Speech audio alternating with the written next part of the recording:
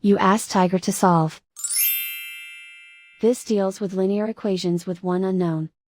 The final result is x equals 8/5. Let's solve it step by step. Group all x terms on the left side of the equation. Add 4x to both sides. Group like terms.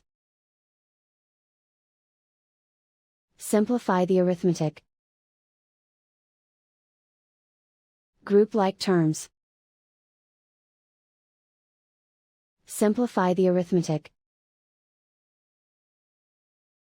Group all constants on the right side of the equation. Add 3 to both sides. Simplify the arithmetic.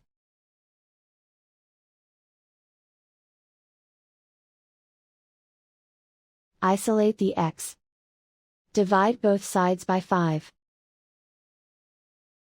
Simplify the fraction. And so the final result is x equals 8/5.